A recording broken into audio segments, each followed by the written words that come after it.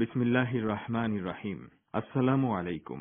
ইসলামী প্রজাতন্ত্র ইরানের বিশ্ব কার্যক্রমের বাংলা অনুষ্ঠানে আপনাদের স্বাগত জানাচ্ছি। এখন শুনবেন সূরা বাকারার 204 থেকে 206 নম্বর আয়াতের তিলাওয়াত ও তরজমা। আউযু বিল্লাহি মিনাশ শাইতানির রাজীম। বিসমিল্লাহির রহমানির রহিম।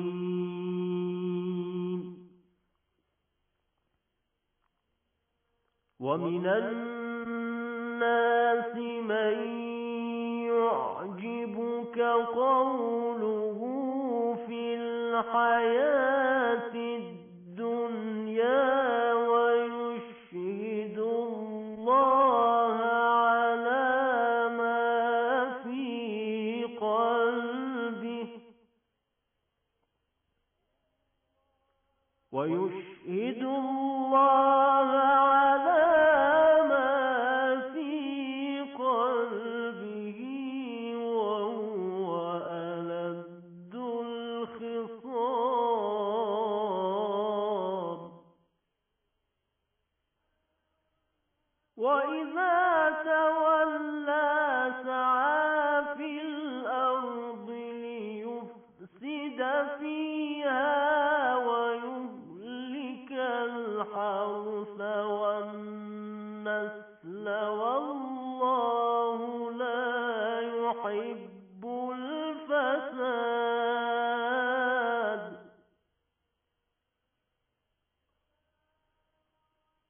وإذا تولى سعى في الأرض ليفسد فيها ويهلك الحرث والنسل والله لا يحب الفساد وإذا قيل له اتق الله أخذته العزة بالإثم فحسبه جهنم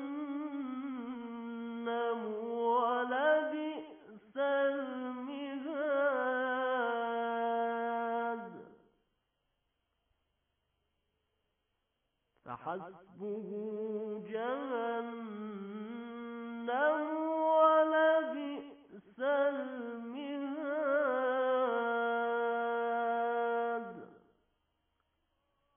صدق الله العلي العظيم বিসমিল্লাহির রহমানির রহিম। মানুষের মধ্যে এমন লোক আছে পার্থিব জীবনে যার কথা তোমার কাছে বড়ই চমৎকার মনে হয় এবং নিজের সদিচ্ছার ব্যাপারে সে বারবার আল্লাহকে সাক্ষী মানে, কিন্তু আসলে সে সত্যের নিকৃষ্টতম শত্রু। যখন সে কর্তৃত্ব লাভ করে, পৃথিবীতে তার সমস্ত প্রচেষ্টা সাধনা নিয়োজিত করে বিপর্যয় সৃষ্টি এবং শস্য ক্ষেত ও মানব বংশ ধ্বংস করার কাজে, অথচ আল্লাহ বিপর্যয় মোটেই পছন্দ করেন না। আর যখন তাকে বলা হয় আল্লাহকে ভয় করো, তখন তার আত্মাভিমান তাকে পাপের পথে প্রতিষ্ঠিত করে দেয়। এই ধরনের লোকের জন্য জাহান্নামে যথেষ্ট এবং সেটি নিকৃষ্টতম আবাস। সাদাকাল্লাহুল আলিয়্যুল আযীম। শ্রোতা বন্ধুরা, অর্থসহ পবিত্র কোরআনের তেলাওয়াত শুনলেন। আজ বুধবার 17 ফেব্রুয়ারি, 4 ফাল্গুন এবং ফার্সি 29 বাহমান। রেডিও তেহরানের সান্ধ্য অধিবেশনের বাংলা অনুষ্ঠানে আপনাদের সবাইকে স্বাগত জানাচ্ছি। আমি বাবুল আখতার। এই অনুষ্ঠান প্রচারিত হচ্ছে বাংলাদেশ ও ভারতের শর্টওয়েভ 31 মিটার ব্যান্ডে 9440 কিলোহার্টজে এবং সৌদি আরবে শর্টওয়েভ 31 মিটার ব্যান্ডে 9870 কিলোহার্টজে। ইন্টারনেটে আমাদের অনুষ্ঠান শোনার ঠিকানা parstoday.com/bn।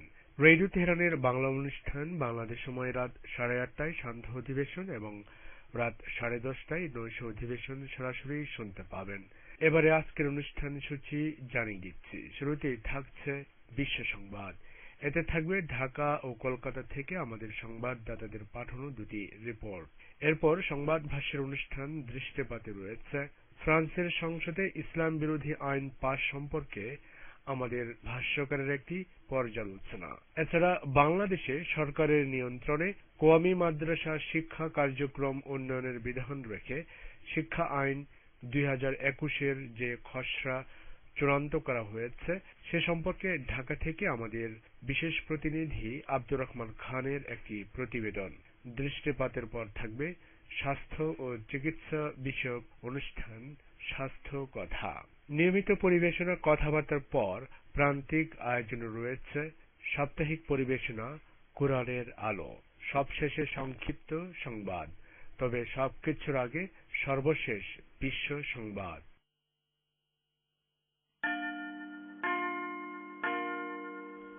রেডিও তেহরান বিশ্ব সংবাদ।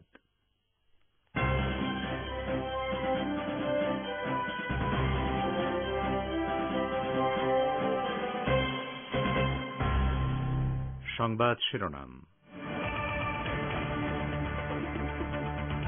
পরমাণু সমঝোতা নিয়ে আরেকবার আলোচনায় বসা অসম্ভব, সুইস প্রেসিডেন্টকে সাফ জানিয়ে দিলেন ইরানের প্রেসিডেন্ট ডক্টর হাসান রুহানি।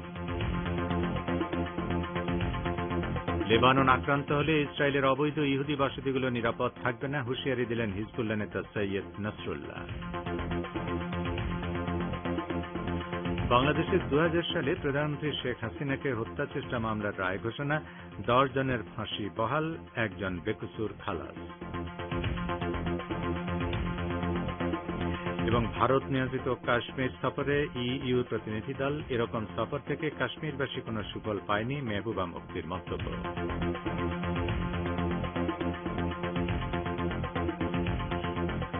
আসসালামু আলাইকুম। শ্রোতাবন্ধুরা, গুরুত্বপূর্ণ সংবাদ শিরোনাম শুনলেন এতক্ষণ। এবারে বিস্তারিত বিশ্ব সংবাদে আপনাদের আমন্ত্রণ জানাচ্ছি আমি নাসির মাহমুদ। ইরানের সর্বোচ্চ নেতা আয়াতুল্লাহিল উজমা খামেনেই পরমাণু সমঝোতা ও রাষ্ট্রীয় নীতি প্রসঙ্গে বলেছেন, অপরপক্ষ যদি বাস্তব পদক্ষেপ নেয় তাহলে আমরাও পদক্ষেপ নেব। এবার আমরা তাদের কথা ও প্রতিশ্রুতি শুনে কাজ করব না। তিনি আরো বলেন, আমরা কথা ও প্রতিশ্রুতি অনেক শুনেছি, তাদেরকে কথা ও প্রতিশ্রুতির উল্টো কাজ করতেও দেখেছি। ফলে আমরা এবার দেখব তারা কি কাজ করল। এবার তাদের কাজ ও পদক্ষেপ আমাদের কাছে গুরুত্বপূর্ণ। আমেরিকা আগে পরমাণু সমঝোতায় ফিরে আসবে নাকি ইরান আগে তার প্রতিশ্রুতিতে ফিরে যাবে, দৃশ্যত সে প্রসঙ্গে ইরানের সর্বোচ্চ নেতা এ মন্তব্য করেন। তিনি আজ ইরানের পূর্ব আজারবাইজান প্রদেশের তাবরিজ শহরের ঐতিহাসিক গণজাগরণ দিবস উপলক্ষে সেখানকার জনগণের সঙ্গে ভিডিও লিঙ্কের মাধ্যমে যুক্ত হয়ে এসব কথা বলেন। আয়াতুল্লাহ খামেনেই পূর্ব আজারবাইজান প্রদেশ প্রসঙ্গে বলেন, বিদেশি শত্রু এবং বিচ্ছিন্নতাবাদের মোকাবেলায় আজারবাইজান সবসময় দুর্গের ভূমিকা পালন করেছে। ইরানের প্রেসিডেন্ট হাসান রুহানি বলেছেন, পরমাণু সমঝোতা বিশ্বের বেশ কয়েকটি দেশের দীর্ঘদিনের প্রচেষ্টার ফসল। কাজেই এটিতে সংশোধনী আনার লক্ষ্যে আবারও এই সমঝোতা নিয়ে আলোচনা করা অসম্ভব এবং জাতিসংঘ নিরাপত্তা পরিষদের 22-31 নম্বর প্রস্তাবের বিরোধী। তিনি মঙ্গলবার রাতে সুইজারল্যান্ডের প্রেসিডেন্ট গাই পারমালিনের সঙ্গে এক টেলিফোন আলাপে এ মন্তব্য করেন। হাসান রুহানি বলেন, ইরানকে হুমকি-ধমকি দিয়ে এবং চাপ ও বল প্রয়োগ করে কেউ কোনোদিন কোনো সমস্যার সমাধান করতে পারেনি। এখনো শুধুমাত্র যৌক্তিক পন্থা অবলম্বন করে এবং পারস্পরিক সম্মানের ভিত্তিতে আলোচনার মাধ্যমেই যে কোনো সমস্যার সমাধান করা সম্ভব। ইরানের প্রেসিডেন্ট বলেন, পরমাণু সমঝোতার ব্যাপারে তার দেশের অবস্থান অত্যন্ত স্পষ্ট। আমেরিকাকে আগে কার্যকরভাবে ইরানের উপর থেকে নিষেধাজ্ঞা প্রত্যাহার করতে হবে, এরপরই কেবল তেহরান তার পরমাণু সমঝোতার প্রতিশ্রুতিতে ফিরে যাবে। ইরানের পরমাণু স্থাপনাগুলোতে আন্তর্জাতিক আণবিক শক্তি সংস্থা বা আইএই এর প্রতিনিধি দল এতদিন যে আকস্মিক সফর করার সুযোগ পেত তা বন্ধ করে দেওয়ার সিদ্ধান্ত নিতে যাচ্ছে তেহরান। এই সিদ্ধান্ত কার্যকর হওয়ার আগে ইরান সফর করতে চান আইএই এর মহাপরিচালক রাফায়েল গ্রোসি। ইরানের পক্ষ থেকে এই সিদ্ধান্ত জানিয়ে দেওয়ার পর মঙ্গলবার এক বিবৃতিতে তিনি বলেন, তেহরান সফর করার জন্য তিনি প্রস্তুত রয়েছেন। তিনি জানান, এ বিষয়ে সৃষ্ট অচলাবস্থা নিরসনের উপায় খুঁজে বের করার লক্ষ্যে নিয়ে তিনি তেহরান সফর করতে চান, যাতে 2015 সালে সই হওয়া পরমাণু সমঝোতার আওতায় আইএই এর প্রতিনিধি দল ইরানের পরমাণু স্থাপনাগুলো পরিদর্শন চালিয়ে যেতে পারে। ইরানের জাতীয় সংসদে পাশ হওয়া একটি আইনে বলা হয়েছে, আগামী 21শে ফেব্রুয়ারির মধ্যে যদি পরমাণু সমঝোতার অন্য পক্ষগুলো এই সমঝোতা পরিপূর্ণভাবে বাস্তবায়ন না করে, তাহলে ইরান বাড়তি প্রোটোকল বাস্তবায়নে সহযোগিতা বন্ধ করে দেবে। আগুন নিয়ে খেলার ব্যাপারে ইহুদিবাদী ইসরায়েলকে সতর্ক করে দিয়েছেন লেবাননের হিজবুল্লাহ প্রধান সৈয়দ হাসান নাসরুল্লাহ। তিনি বলেছেন, লেবাননে যেকোনো ইসরায়েলি আগ্রাসনের কঠোর জবাব দেবে প্রতিরোধ আন্দোলন। ইমাদ মুগনিয়া সহ হিজবুল্লাহর কয়েকজন শীর্ষস্থানীয় কমান্ডারের শাহাদাত বার্ষিকী উপলক্ষে মঙ্গলবার রাতে টেলিভিশনে সম্প্রচারিত এক ভাষণে এই হুঁশিয়ারি উচ্চারণ করেন সৈয়দ নাসরুল্লাহ। সৈয়দ নাসরুল্লাহ তাঁর ভাষণে বলেন, হিজবুল্লাহ সামরিক সংঘাত চায় না, তবে তাকে সংঘাতে যেতে বাধ্য করলে অতীতের যেকোনো সময়ের তুলনায় শক্তিশালী আঘাত হানতে প্রস্তুত রয়েছে। হিজবুল্লাহর মহাসচিব ইসরায়েলকে উদ্দেশ করে বলেন, যেকোনো সংঘাতে আমরা কঠোর জবাব দেব। যদি তোমরা আমাদের শহরগুলোতে হামলা করো, তাহলে আমরা তোমাদের শহরগুলোতে হামলা চালাবো, আর তোমরা যদি আমাদের গ্রামগুলোতে হামলা চালাও, তাহলে তোমাদের অবৈধ ইহুদি বসতিগুলো আমাদের হামলা থেকে রক্ষা পাবে না। আপনারা বিশ্ব সংবাদ শুনছেন রেডিও তেহরান থেকে শর্টওয়েভ 31 মিটার ব্যান্ডের বিশ্বজুড়ে ইন্টারনেট ও স্যাটেলাইটে। বাংলাদেশের প্রধানমন্ত্রী শেখ হাসিনাকে হত্যা চেষ্টা মামলার রায়ে 10 জনের ফাঁসির রায় বহাল এবং একজনকে খালাস দেওয়া হয়েছে। বিস্তারিত জানাচ্ছেন ঢাকা থেকে আমাদের বিশেষ প্রতিনিধি আব্দুর রহমান খান। বাংলাদেশের প্রধানমন্ত্রী শেখ হাসিনাকে হত্যা চেষ্টা মামলার রায়ে 10 জনের ফাঁসির রায় বহাল এবং একজনকে খালাস দেওয়া হয়েছে। আজ বুধবার হাইকোর্টের বিচারপতি জাহাঙ্গীর হোসেন সেলিম ও বিচারপতি মোহাম্মদ বদরুজ্জামানের সমন্বয়ে গঠিত ভার্চুয়াল বেঞ্চ এই মামলার রায় ঘোষণা করেন। এর আগে গত 1 ফেব্রুয়ারি এই মামলার ফাঁসির রায় অনুমোদনের জন্য নিম্ন আদালত থেকে পাঠানো ডেথ রেফারেন্স এবং আসামি পক্ষের করা আপিল আবেদনের উপরে রাষ্ট্র ও আসামি পক্ষের যুক্তিতর্ক উপস্থাপন শেষ হয়। পরে এ বিষয়ে হাইকোর্টের সংশ্লিষ্ট বেঞ্চ রায় ঘোষণার জন্য আজকের তারিখ ঠিক করে রাখেন। মামলার সূত্রে জানা গেছে, 2000 সালের 20 জুলাই গোপালগঞ্জের কোটালীপাড়ায় তৎকালীন প্রধানমন্ত্রী শেখ হাসিনার সমাবেশ স্থলের পাশে তাকে হত্যার উদ্দেশ্যে 76 কেজি ওজনের বোমা পুঁতে রাখা হয়। স্থানীয় শেখ লুৎফুর রহমান মহাবিদ্যালয়ের উত্তর পাশের একটি চায়ের দোকানের পেছনে এই বোমা স্থাপনের মাধ্যমে শেখ হাসিনাকে হত্যার পরিকল্পনা করা হয়েছিল বলে তদন্তে জানা যায়। এ মামলায় 2001 সালের 8 এপ্রিল 16 জনের বিরুদ্ধে অভিযোগপত্র দেয়া হয়। পরবর্তীকালে 2009 সালের 29 জুন আরো 9 জনকে আসামি হিসেবে অন্তর্ভুক্ত করে সম্পূরক অভিযোগপত্র দেয়া হয়। এরপর 2010 সালে মামলাটি নিষ্পত্তির জন্য ঢাকা 2 নম্বর দ্রুত বিচার ট্রাইব্যুনালে পাঠানো। সেখানে এই মামলার বিচার সম্পন্ন হয়েছে।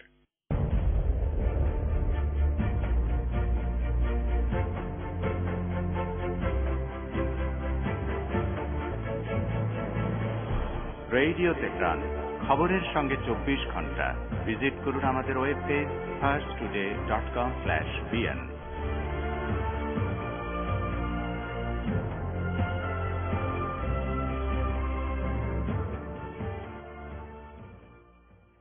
বিশ্ব সংবাদে আবারও স্বাগত আপনাদের। কাতার ভিত্তিক টেলিভিশন চ্যানেল আল জাজিরার director general doctor Mostafa Swag সহ 4 জনের বিরুদ্ধে বাংলাদেশের আদালতে মামলার আবেদন করা হয়েছে। চ্যানেলটিতে প্রচারিত all the prime ministers main শিরোনামের প্রতিবেদনে প্রধানমন্ত্রী শেখ হাসিনা ও সেনাপ্রধান জেনারেল আজিজ আহমেদকে নিয়ে মিথ্যা ও বানোয়াট তথ্য প্রকাশের অভিযোগ এনে মামলার আবেদন করা হয়েছে। আজ ঢাকার মেট্রোপলিটন ম্যাজিস্ট্রেটের আদালতে বঙ্গবন্ধু ফাউন্ডেশনের নির্বাহী সভাপতি অ্যাডভোকেট মশিউর মালেক মামলাটির আবেদন জমা দেন। মামলার অপর আসামিরা হলেন হাঙ্গেরি প্রবাসী বাংলাদেশের নাগরিক জুলকারনাইন সায়ের খান সামি, নেত্র নিউজের প্রধান সম্পাদক তাসনিম খলিল ও ব্রিটিশ সাংবাদিক ডেভিড বার্গম্যান। ভারতের পাঞ্জাব রাজ্যের পৌরসভা নির্বাচনে বিজেপির ভরাডুবি হয়েছে। অন্যদিকে বেশ ভালো ফল করেছে কংগ্রেস দল। নির্বাচনে বিজেপি নেতৃত্বাধীন এনডিএ জোটের সাবেক সহযোগী শিরোমণি অকালি দলও বড় ধাক্কা খেয়েছে। ভারতে নয়া কৃষি আইনের প্রতিবাদে বিভিন্ন রাজ্যে কৃষক আন্দোলনের জেরে গেরুয়া শিবিরের এই বিপর্যয় বলে মনে করছেন রাজনৈতিক বিশ্লেষকদের একাংশ। পাঞ্জাবে গত 14 ফেব্রুয়ারি পৌরসভা নির্বাচন অনুষ্ঠিত হয়। আজ সকাল থেকে রাজ্যের 8টি পৌর কর্পোরেশন এবং 109টি মিউনিসিপ্যাল কাউন্সিল ও নগর পঞ্চায়েতের ভোট গণনা শুরু হয়। ভারত নিয়ন্ত্রিত কাশ্মীরের বিশেষ মর্যাদা অপসারণের পরে সেখানকার পরিস্থিতি সরেজমিনে দেখতে ইউরোপীয় ইউনিয়নের একটি প্রতিনিধি দল আজ দুদিনের সফরে জম্মু কাশ্মীরে গেছেন। বিস্তারিত জানাচ্ছেন কলকাতা থেকে আমাদের প্রতিনিধি আব্দুল হাকিম। ইউরোপীয় ইউনিয়নের একটি প্রতিনিধি দল আজ বুধবার দুদিনের সফরে জম্মু কাশ্মীরে পৌঁছেছেন। 20 সদস্যের প্রতিনিধি দলটি 2019 সালে জম্মু কাশ্মীরের বিশেষ মর্যাদা 370 ধারা অপসারণের পরে সেখানকার বর্তমান পরিস্থিতি মূল্যায়ন করবেন।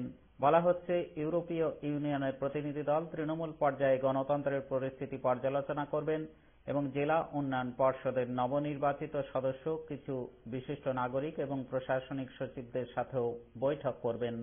বিদেশি প্রতিনিধি দলের কাশ্মীর সফরে প্রতিক্রিয়া ব্যক্ত করে সাবেক মুখ্যমন্ত্রী ও পিডিপি সভানেত্রী মেহবুবা মুফতিয়াজ বলেন, এই জাতীয় সফর হয়ে থাকে, প্রতিনিধি দল আসা যাওয়া করবেন, কিন্তু এখানকার পরিস্থিতি ঠিক নেই। জম্মু কাশ্মীরের রাজনৈতিক নেতাদের গৃহবন্দী করে রাখা, তাদের কার্যক্রম সীমাবদ্ধ করার যে মনোভাব কেন্দ্রীয় সরকার গ্রহণ করেছে, এটি সম্পূর্ণ অন্যায় এবং অগণতান্ত্রিক। অন্যদিকে ভারতের কেন্দ্রীয় সরকারের মতে সেখানকার পরিস্থিতি ভালো এবং শান্তিপূর্ণ রয়েছে। মেহবুবা আজ কুপওয়াড়ার হান্দওয়াড়া এলাকায় এক সভায় বক্তব্য রাখেন। বর্তমানে তিনি কাশ্মীর উপত্যকার সীমান্ত জেলায় দুদিনের সফরে রয়েছেন। হান্দওয়াড়া সফরের সময়ে সাংবাদিকদের সাথে আলাপকালে মেহবুবা বলেন, প্রতিনিধিরা আসবেন এবং যাবেন, কিন্তু জম্মু কাশ্মীরের পরিস্থিতি ভালো নেই। কেন্দ্রীয় সরকারের দৃষ্টিভঙ্গি এবং জম্মু কাশ্মীরে বিদেশি প্রতিনিধি দলের সফর সম্পর্কে এক প্রশ্নের জবাবে মেহবুবা বলেন, প্রতিনিধি দল আসতে থাকেন, কিন্তু এখানকার পরিস্থিতি মোটেও ভালো নয়। বলছিলেন কলকাতা থেকে আমাদের সংবাদদাতা। সংযুক্ত আরব আমিরাতের প্রধানমন্ত্রী ও দুবাইয়ের শাসক শেখ মোহাম্মদ বিন রশিদ আলে মাকতুমের মেয়ে লতিফা আলে মাকতুম এক ভিডিও বার্তায় জানিয়েছেন, তার জীবন হুমকির মুখে।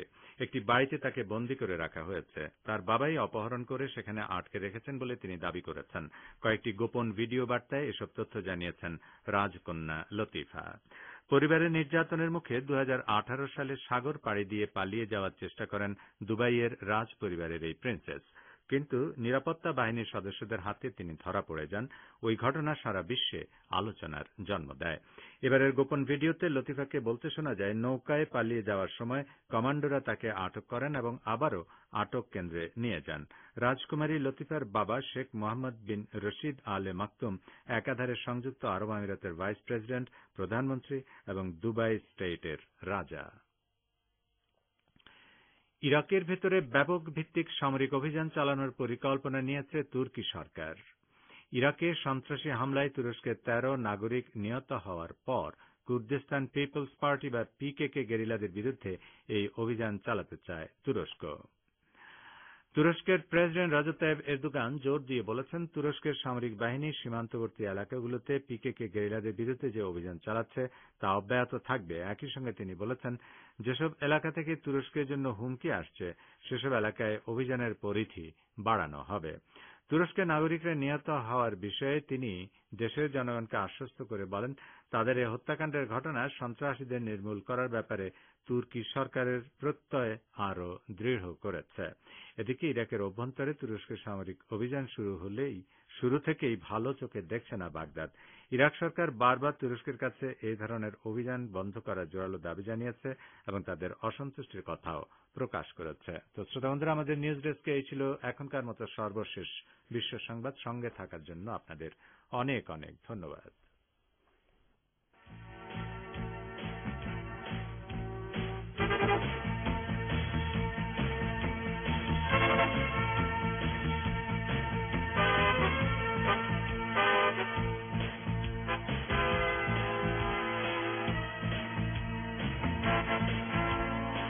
বিশ্ব সংবাদ শুনলেন রেডিও তেহরান থেকে। অনুষ্ঠানের পর্যায়ে আপনাদের সঙ্গে যোগ দিচ্ছে আমি বাবুল আখতার। শ্রোতা বন্ধুরা, আমন্ত্রণ জানাচ্ছে সংবাদ ভাষ্যের অনুষ্ঠান দৃষ্টিপাতে।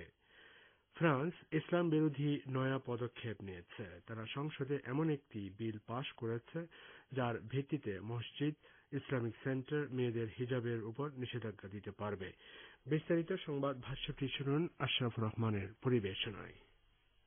ফ্রান্সে সাম্প্রতিক বছরগুলোতে ইসলাম বিদ্বেষ ও মুসলমানদের উপর ক্রমবর্ধমান চাপ তীব্রতর হয়েছে।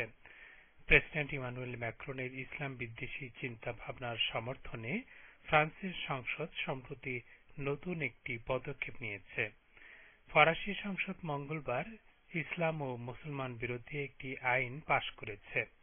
প্রজাতন্ত্রের মূল্যবোধের প্রতি শ্রদ্ধাবোধ বৃদ্ধি সম্পর্কিত ওই আইনটির পক্ষে ভোট পড়েছে 347টি আর বিপক্ষে ভোট পড়েছে 151টি। বিলটি এখন চূড়ান্ত অনুমোদনের জন্য সিনেটে পাঠাতে হবে। 70 অনুচ্ছেদের এই আইনের প্রয়োগ করে ফরাসি সরকার মসজিদ সহ সকল ইসলামিক কেন্দ্র বন্ধ করে দিতে পারবে। সেই সঙ্গে ফরাসি সরকার চরমপন্থী বলে তাদের কাছে বিবেচিত সকল বক্তৃতার আয়োজনও বন্ধ করতে পারবে। ধর্মীয় গোষ্ঠীগুলোকে অবশ্যই বিদেশ থেকে প্রাপ্ত অনুদানের ঘোষণা দিতে হবে এবং তাদের ব্যাংক অ্যাকাউন্টগুলোর অনুমোদন নিতে হবে। এই আইনের ভিত্তিতে 18 বছরের কম বয়সী মুসলিম মেয়েদের প্রকাশ্যে হিজাব পরা নিষিদ্ধ করা যাবে। এই আইনটি মূলত ফরাসি প্রেসিডেন্ট ইমানুয়েল ম্যাক্রনের তথাকথিত ধর্মনিরপেক্ষ মূল্যবোধের সমর্থনে গৃহীত ধারাবাহিক পদক্ষেপগুলোর অংশ। ম্যাক্রনের আগ্রাসী ধর্মনিরপেক্ষতা চিন্তার উপর ভিত্তি করে গৃহীত হয়েছে এই আইন। ইমানুয়েল ম্যাক্রনের ইসলাম বিদ্বেষী এই আইনের সমালোচকরা মনে করেন যে আইনটি কেবলমাত্র ইসলামকে টার্গেট করেই করা হয়েছে। গত রোববার ফ্রান্সের মুসলমানরা এই আইনের বিরুদ্ধে বিক্ষোভ করেছে। ইমানুয়েল ম্যাক্রন ইসলাম বিদ্বেষী কর্মকাণ্ডকে সমর্থন করেন এবং ইসলামী পবিত্র স্থানকে অপমান করার ক্ষেত্রেও একগুঁয়ে এবং অযৌক্তিক মনোভাব পোষণ করেন। কিছুদিন আগেও মত প্রকাশের স্বাধীনতার অজুহাতে তিনি কার্টুন ম্যাগাজিন শার্লি হেবদোতে ইসলামের মহান নবীর অবমাননাকর কার্টুন প্রকাশের পক্ষে সমর্থন ব্যক্ত করেছেন।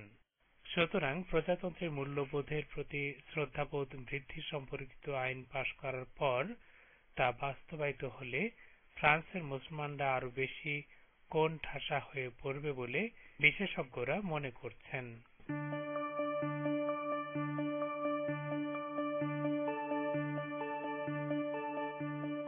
আপনারা রেডিও তেহরানের অনুষ্ঠান শুনছেন সরাসরি তেহরান স্টুডিও থেকে। ইন্টারনেটে আমাদের অনুষ্ঠান প্রতিদিন শুনুন এই ঠিকানায় parstoday.com/bn। ফেসবুক লাইভে যোগ দিন এই ঠিকানায় facebook.com/Radio Tehran BN। আমাদের কাছে ইমেল করার ঠিকানা radioteheran1982@gmail.com। দৃষ্টিপাত এবার বাংলাদেশ প্রসঙ্গ। বাংলাদেশে সরকারের নিয়ন্ত্রণে কওমি মাদ্রাসা শিক্ষা কার্যক্রম উন্নয়নের বিধান রেখে শিক্ষা আইন 2021-এর খসড়া চূড়ান্ত করেছে শিক্ষা মন্ত্রণালয়। এ সম্পর্কে সংশ্লিষ্ট মহলের প্রতিক্রিয়া সহ প্রতিবেদন করেছেন ঢাকা থেকে আমাদের বিশেষ প্রতিনিধি আব্দুর রহমান খান। সরকারের নিয়ন্ত্রণে কওমি মাদ্রাসা শিক্ষা কার্যক্রম উন্নয়নের বিধান রেখে শিক্ষা আইন 2021-এর খসড়া চূড়ান্ত করেছে শিক্ষা মন্ত্রণালয়। চূড়ান্ত খসড়াটি শিগগিরই ভেটিং এর জন্য আইন মন্ত্রণালয়ে পাঠানো হবে। গতকাল মঙ্গলবার শিক্ষামন্ত্রী ডাক্তার দীপু মনির সভাপতিত্বে অনুষ্ঠিত এক ভার্চুয়াল বৈঠকে এই খসড়াটি চূড়ান্ত করা হয়। এ বিষয়ে জাতীয় তফসির পরিষদ বাংলাদেশের চেয়ারম্যান মাওলানা আহমেদ আব্দুল কাইয়ুম রেডিও তেহরানকে বলেন, তো এটা কিন্তু শুরু হয়েছে জনগণের সাহায্য নিয়ে, সরকারের সাহায্যের ব্যতিরেকে। এখন যদি সরকার সাহায্য করতে চায় এটা তো ওয়েলকাম, কিন্তু সাহায্যের অন্তরালে সরকারের নিয়ন্ত্রণের অন্তরালে যদি আলিয়া মাদ্রাসা বা অন্যান্য শিক্ষা ব্যবস্থা যেগুলো সরকার নিয়ন্ত্রণ করছে সেখানে সরকারের খামখেয়ালি মতে যা ইচ্ছা তা ঢুকাচ্ছে, এটা যদি হয় তাহলে অবশ্যই আপত্তি করে হবে। এই ব্যাপারে আমাদের অবশ্যই প্রতিবাদ প্রতিরোধ করে তুলতে হবে। এই মাদ্রাসার স্বাতন্ত্রতা কিন্তু একটা ভিন্ন স্বাতন্ত্রতা। এটা যদি সরকারের নিয়ন্ত্রণ নিয়ে যায় তাহলে কিন্তু ওই স্বাতন্ত্র ওই বৈশিষ্ট্যটা থাকবে না। তো সেই দৃষ্টিকোণ থেকে এই মাদ্রাসাটা আমাদের দাবি ছিল যে সরকার শুধু স্বীকৃতি দিবে, নিয়ন্ত্রণে নিতে পারবে না, সরকার হস্তক্ষেপ করতে পারবে না। আর এই শর্তে কিন্তু সরকার এই মাদ্রাসার দাওরা হাদিসকে ইসলামী স্টাডিজ মাস্টার্স পর্যায়ে মর্যাদা দিয়েছে, কেবলমাত্র সনদকে। এ প্রসঙ্গে রাজধানীর একটি মসজিদের ইমাম মোহাম্মদ রেদানুল ইসলাম রেডিও তেহরানকে জানান, সরকার যদি কওমি মাদ্রাসার প্রতি যদি সেবা সাহায্য সহযোগিতা যদি করতে চায় তারা গ্রহণ করবে আশা করি।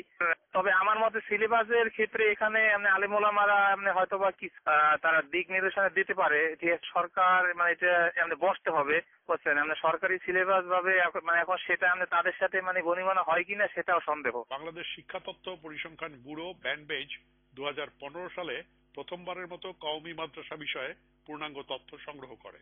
সরকারি সেই পরিসংখ্যান অনুযায়ী বাংলাদেশে কওমি মাদ্রাসার সংখ্যা প্রায় 14,000 এবং শিক্ষার্থীর সংখ্যা প্রায় 14 লক্ষ। তবে বেসরকারি পরিসংখ্যান অনুযায়ী এরকম মাদ্রাসার সংখ্যা 20,000-এরও বেশি। বাংলাদেশে 6টি পৃথক আঞ্চলিক বোর্ডের মাধ্যমে কওমি মাদ্রাসাগুলো পরিচালিত হয়। কওমি মাদ্রাসা শিক্ষার প্রাক প্রাথমিক স্তর শুরু হয় শিশুর 4-5 বছর বয়স থেকে। সর্বোচ্চ স্তর হল দাওরায়ে হাদিস।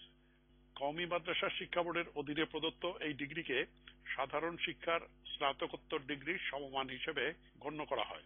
মূলত স্থানীয় সাহায্য, অনুদান এবং শিক্ষার্থীদের বেতনের উপরে নির্ভর করে পরিচালিত হয় এই মাদ্রাসা সমূহ। দারুল উলুম দেওবন্দের রীতিনীতি অনুসরণ করে প্রতিষ্ঠার পর থেকেই সরকারি কোনো সহায়তা গ্রহণ করে না এসব মাদ্রাসা। সাধারণত এসব মাদ্রাসার অনুদানের সবচেয়ে বড় অংশটি আসে রমজান মাসে মুসলমানদের দান হিসেবে। কিন্তু বিগত রমজানে করোনাজনিত লকডাউনের ফলে বেশিরভাগ মানুষের আর্থিক অবস্থা ভালো না থাকায় মাদ্রাসাগুলোর আয় কমেছে, ফলে এগুলো আর্থিক সংকটের মধ্যে রয়েছে। প্রতিবেদনটি শুনলেন। এখন রয়েছে স্বাস্থ্য